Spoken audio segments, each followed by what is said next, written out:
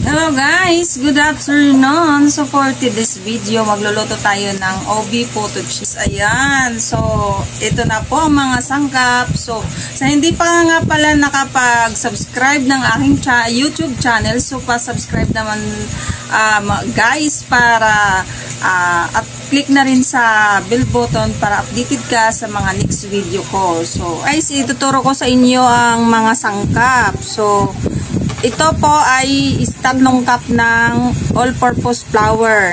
So, ang ihalo natin ay OB, OB condensed. Ayan, ito po ang ihalo natin. O, imbis na sugar, ang ihalo natin, OB condensed, ang siya, para may flavor na rin. Tapos, anuhan na lang din natin ang tubig. Hindi na tayo maghahalo ng iba kasi OB flavor naman. Ito, pwede to. Bali, kapalit ng sugar.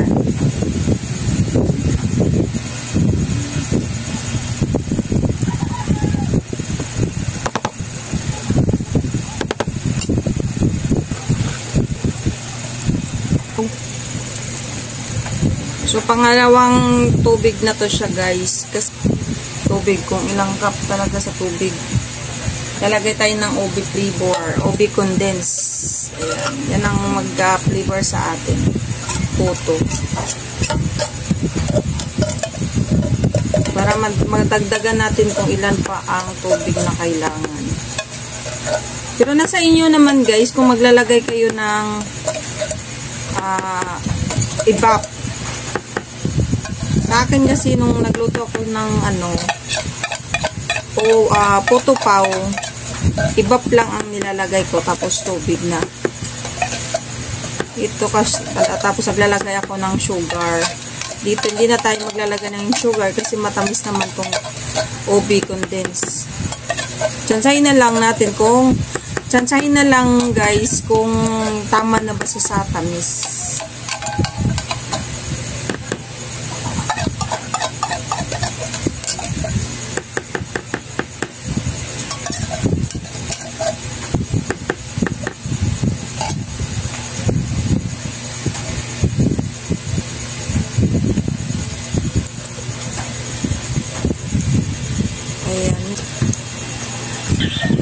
Ayan guys, so na-mix na natin yan. Ayan na po ang result niya. So, nasala na rin namin yan. Ayan, so set aside muna natin para gagawa tayo ng mirang. So, gagawa tayo guys ng mirang para sa puto OB natin with cheese. So, ayan po, 8 egg white nga pala ang gagawin natin para mirang. So, sige, sa paggawa ng mirang, siguraduhin po natin na hindi basa yung mga kagamitan natin at walang patak man lang ng egg yolk para perfect ang mirang natin. Then, mag-add tayo ng white sugar, 1/2 cup. Then, i-divide natin sa 3. Unti-untiin po natin, huwag po natin biglayin para hindi pabagsak yung mirang natin. So, ayan na po. Tapos, lahatin na natin pagka hatin na natin sa 3.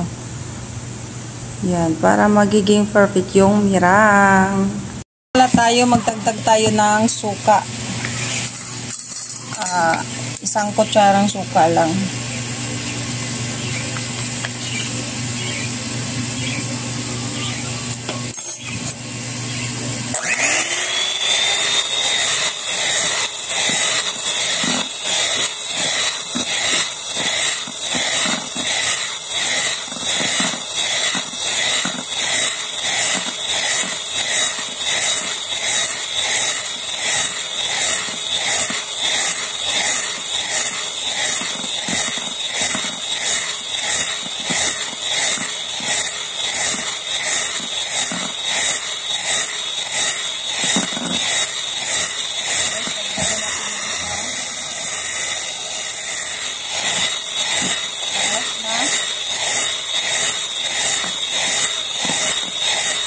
Tapos, kung gusto mo lagyan ng kulay, lalagyan natin mamaya ng OB flavor para may lasa din siya at may kulay.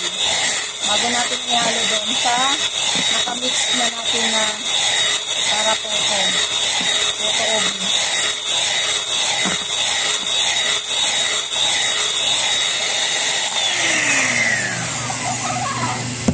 Pagdagdag muna tayo ng kulay.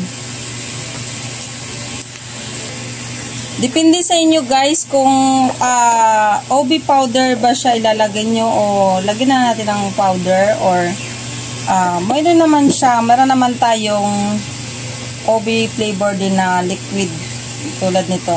Harap mo. Yan, ito ang pwede natin haluan yan.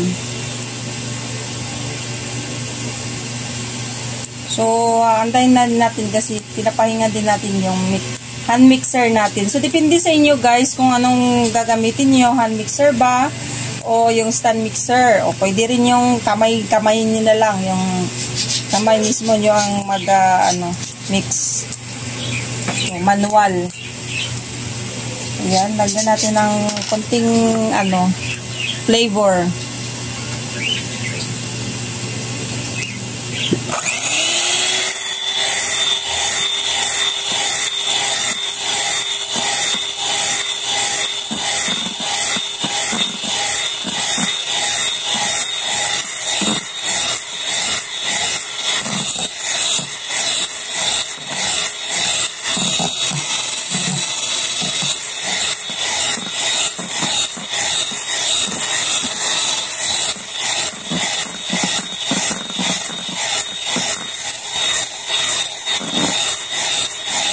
Guys, pwede kung meron ka ng oven, pwede siya gawin mong tindi. Kasi may kulay na siya at flavor. May oven ka. So ito, i-ano natin sa puto ubi natin. Halo natin para magiging softy and creamy. At may sa flavor ng oven. Yan guys. Check natin kung na ba siya. Perfect na ba yung So, malalaman mo yan siya kasi pag ituwad mo, hindi siya matatapon. Ayan, Tinatuwad natin. Kita mo, guys. Kita nyo na tinatuwad natin, di ba? Hindi siya natatapon. So, ibig sabihin, perfect na siya. Pwede na siya, mo. Nagganito na siya, Tingnan nyo. Ayan. Tingnan nyo. Di ba? Pag ituwad nyo, hindi na siya matatapon. Pwede na siya. So, ito na po yung natin nagawa nating mirang. So, ihalo na natin. Ganun pa rin, hatiin pa rin natin ng 3 pieces. I-divide natin into 3 bago natin mix na natin siya. Ito guys, sinasala na natin to. Na-stir na natin to para sigurado tayo na walang buo-buo. Ay, hindi pala guys ito.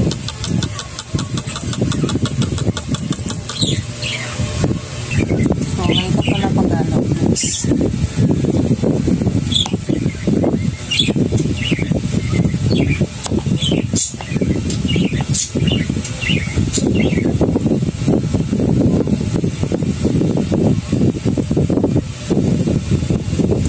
Bawal din siya i-overmix kasi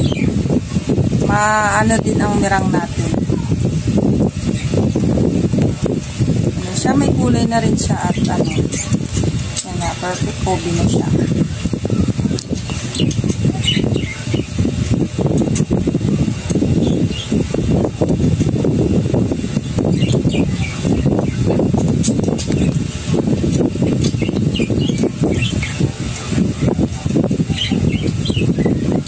Parang siyang ice cream.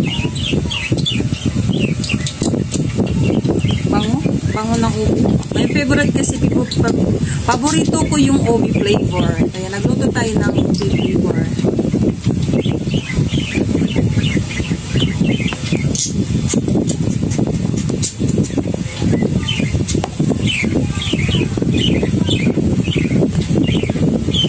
So, ang ginamit natin dito, isang can ng ubi flavor. flavor na condensed, tapos 2 cup ng tubig, tsaka 3 cup na all-purpose flour. So, hindi na tayo naglalagay ng sugar sa mixture natin sa all-purpose flour kasi ang gamit na natin ay condensed OB flavor. Kaya, no need na maglagay ng sugar kasi matamis na siya. Sobrahan ang tamis.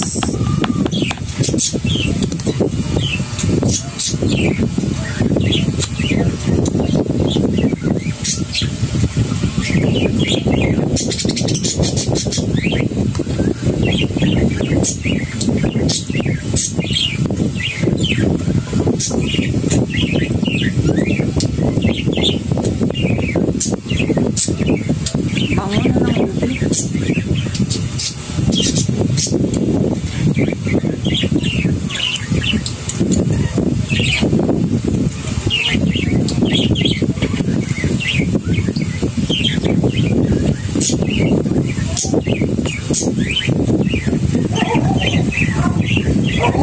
So, ayan po guys. So, sa ano pa natin, inimix na natin yung malapit na siyang So, umabot ka sa video na to. So, paki-subscribe naman guys sa aking YouTube channel. So, Rosalie Flores Official Vlog lang po ang YouTube channel. Tapos, ayan, ang full costing po nito ay ko po sa last video ko po. So, watch until the end. So, thank you po guys sa inyong suporta. Ayan na po ang nagawa namin. So, sisalang muna namin to sa 10 minutes after katapos ng 10 minutes, lalagyan na namin ng cheese sa ibabaw. Bago ibabalik na naman, another 10 minutes. Ayan na po guys, luto na po ang ating first batch na puto OB cheese. Taran! Ang sarap. Yummy. Ayan, my favorite OB flavor. Puto with cheese. Ayan, sarap. Ayan, lalagay na tayo ng cheese para sa second batch.